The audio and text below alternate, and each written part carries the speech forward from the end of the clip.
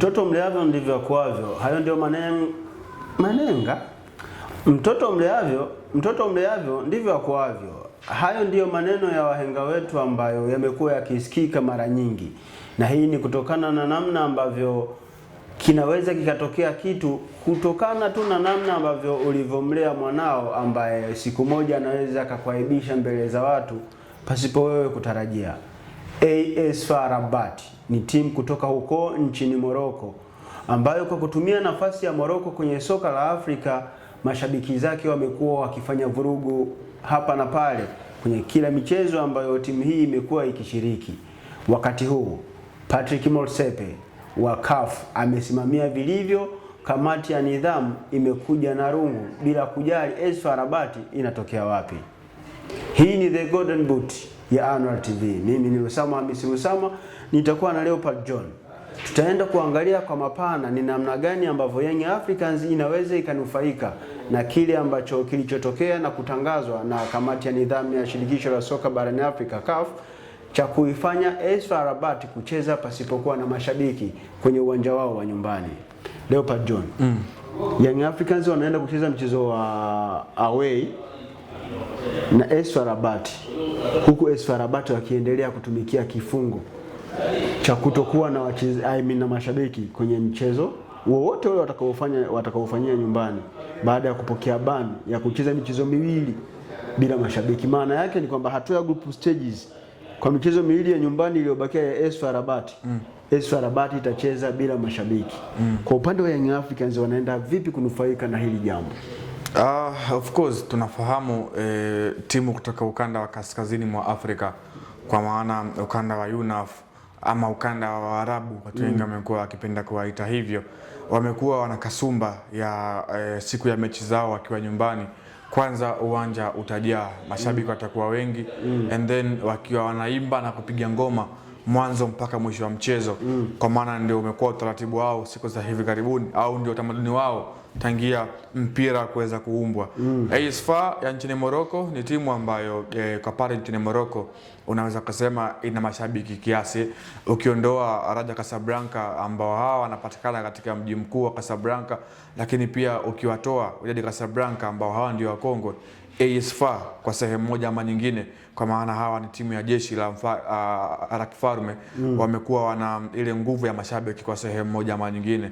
Wanatumia uwanja wa Prince Moulay Abdelrahman Stadium, uwanja ambao pia umetumika katika michuano ya AFCON ambayo inaendelea huko nchini Morocco. Kwa hiyo unaona ni timu ambayo by the way wamekuwa wanapata sapoti ya mashabiki. Tumeshuhudia pia kwenye mchezo wao wa kwanza msimu huu, hatua ya makundi, wakiwa katika ardhi ya nyumbani dhidi ya National Al Ahly, namna ambavyo uwanja ulivyokuwa umefurika.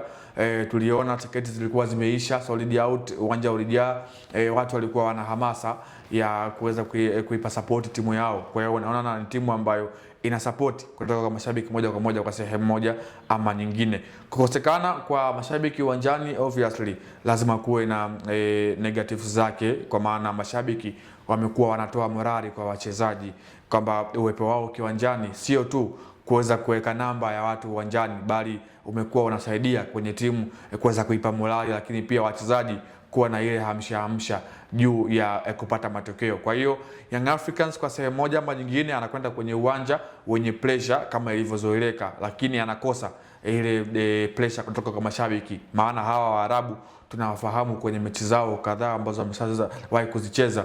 Utakuta wanafanya mambo yao ambayo wao wenyewe wameshazoea, kama kuzomea, kupiga firimbi, kuwasha yale madude, torches kama goalkeeper. Kwa hiyo Young Africans kwa sehemu anaweza akapata hiyo advantage, lakini ukija kwenye pitch hiyo ni namna nyingine. Hapa tunakuja kuzungumzia mbinu za walimu, lakini kwenye nje ya uwanja unaweza kusema Young Africans ameshawini hii mechi kwa sehemu moja. Na ukiangalia scenario ya timu za kutokea kaskazini, mara nyingi wamekuwa hawaafikiani na maamuzi ambayo yanakuwa yametolewa na kamati mbalimbali za CAF. Tutarajie wanaweza wakata rufaa kuhitaji aidha kupunguziwa adhabu au kufutiwa kabisa adhabu. Tutarajie lolote kati ya haya mawili? Of course ujue swala la FAR Rabat kuweza kufungiwa limekuwa gumzo na limetendeka kwa haraka kutokana na alimfanyia klabu kubwa barani Afrika kwa maana ya National Al Ahly, klabu pekee yenye makombe mengi ya ligi ya mabingwa barani Afrika, wakiwa wametoa mara 12 huku mara 5 wakiwa wamepoteza. Kwa hiyo wana finali 17 za ligi ya mabingwa barani Afrika. Nataka kuniambia angekuwa ifanywa Young Africans adhabu isingekuja haraka kiasi, ingezunguka sana, kwa maana amefanyiwa National Al Ahly, timu yenye mpira wake barani Afrika, timu yenye nguvu kwenye kila eneo, ndio imekuwa rahisi kwa AS FAR Rabat kuweza kuadhibiwa kiasi hichi kwenye mechi mbili, lakini pia kiasi cha fedha ambacho wameweza kupigwa kama vile faini. Kwa hiyo maamuzi haya yamekuja, kwanza ni wazi kilikuwa sio kitendo cha kiungwana wala sio tukio la kimpira ambalo lilifanyika, mashabiki kuweza kutupa chupa za maji na kuweza kuhatarisha uhatari wa wachezaji wa National Al Ahly.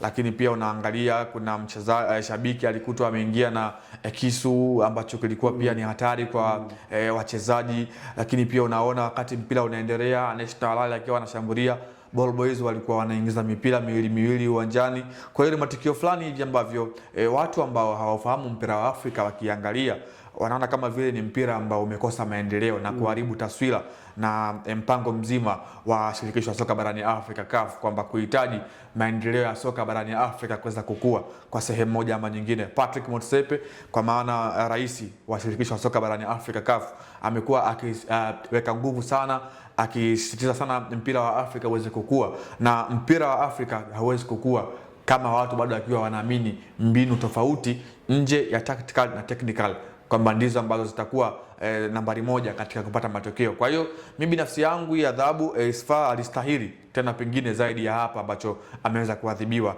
kwa maana wamekuwa wakiuchafua hasa mpira wa Afrika katika anga la kimataifa. Kumbuka amefanya hivi katika michuano mikubwa barani Afrika, michuano nambari 1 kwa ngazi ya vilabu barani Afrika. Dunia imetazama tena National Al Ahly ambavyo wanacheza, klabu namba 5 kwa ubora duniani.